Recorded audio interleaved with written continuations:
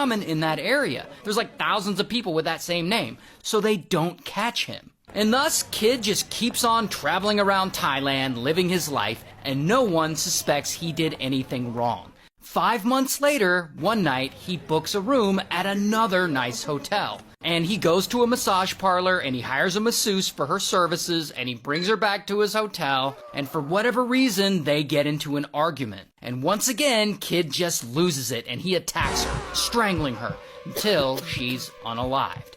Then he steals her phone and her jewelry and he leaves. And from there, he just keeps going. A week later, he goes to another massage parlor and he picks up another woman. And he takes her back to his hotel room and he's like, "Hey, I own a gemstone mine." And she's like, "Oh, cool." And there, he strangles her too until she's unalived.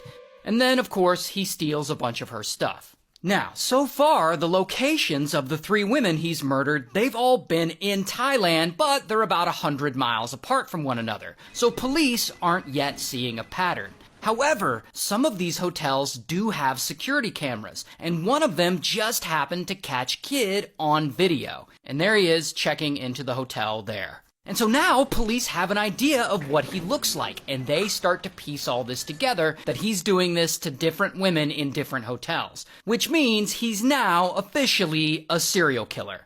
And now they gotta get the Royal Thai Police involved, which is like the National Police Force. And so they get involved, and they start looking over the case. Meanwhile, Kid just keeps going. A week after his last murder, he ends up in another hotel in a different province, and he picks up another masseuse. Then he takes her back to his hotel room, but this time he slips something into her drink that knocks her out. Once she's sedated, bam, he strangles her and he unalives her.